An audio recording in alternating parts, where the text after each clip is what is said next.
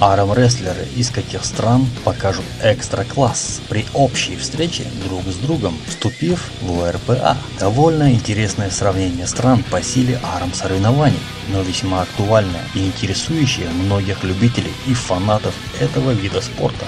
Так давайте попробуем их сравнить между собой, хотя бы визуально оценив их возможности, поставив оценку спортсменам определенной страны. Так, с момента образования программы по объединенному рейтингу все больше стран вступает в эту группу, и эта сеть объединяет всех армрестлеров между собой, несмотря на расстояние и страны, проводящие турнир. То есть теперь армрестлер с одной стороны может вызвать на дуэль другого армрестлера с другой стороны, и это получается своего рода армфайт страна на страну. В принципе, должно быть очень интересно.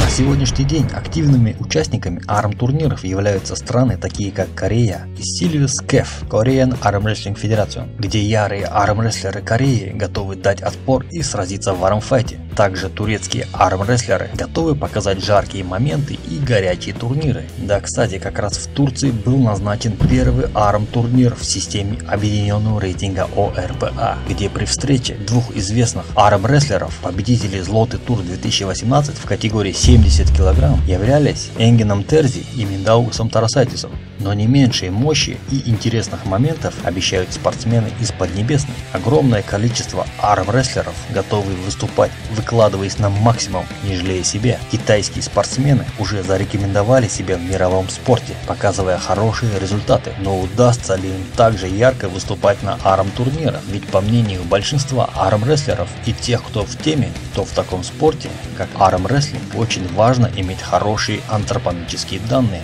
Но и это оказалось не так важно, что с большим успехом демонстрирует нам Рустам Бабаев, справляясь в легкую с оппонентами гораздо крупнее его самого и имеющий гигантские размеры. И хоть у Рустама Бабаева невысокий рост и не длинные руки, это не мешает ему быть самым титулованным чемпионом по армрестлингу. Тем самым вполне возможно, что скоро будет много сильных и талантливых армрестлеров из Китая, учитывая их стремление и отношение к спорту под лозунгом «Только вперед». Также малазийские спортсмены и армрестлеры с удовольствием подключились к общей рейтинговой системе и также готовы дать хороший армфайт своим оппонентам. Но помимо вступления в общую систему рейтинга ОРПА, в Малайзии был обговорен и запущен стартовый проект ТОП-8, которого ждут практически все. Первый турнир ТОП-8 2019 года открывается именно в Малайзии совместно компаниями PEL и MyArm. Также в планах обеспечить международные образовательные мероприятия для спортсменов, судей и местных организаторов, чтобы Малайзия стала неким образовательным центром армрестлинга для всего мира, где можно получить все навыки профессионального армрестлера и стартовать уже сертифицированным на мировой.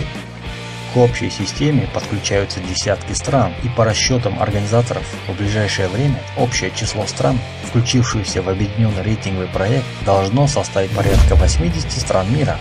А с какими арм-событиями нам предстоит столкнуться в ближайшее время, интересно всем. Но уже сейчас, имея данные о чемпионатах и рукоборцах, можно делать определенные выводы. Пишите свое мнение касательно новшеств, внесенных в армрестлинг мирового уровня. На этом у меня все. Не забывайте подписываться и до новых встреч.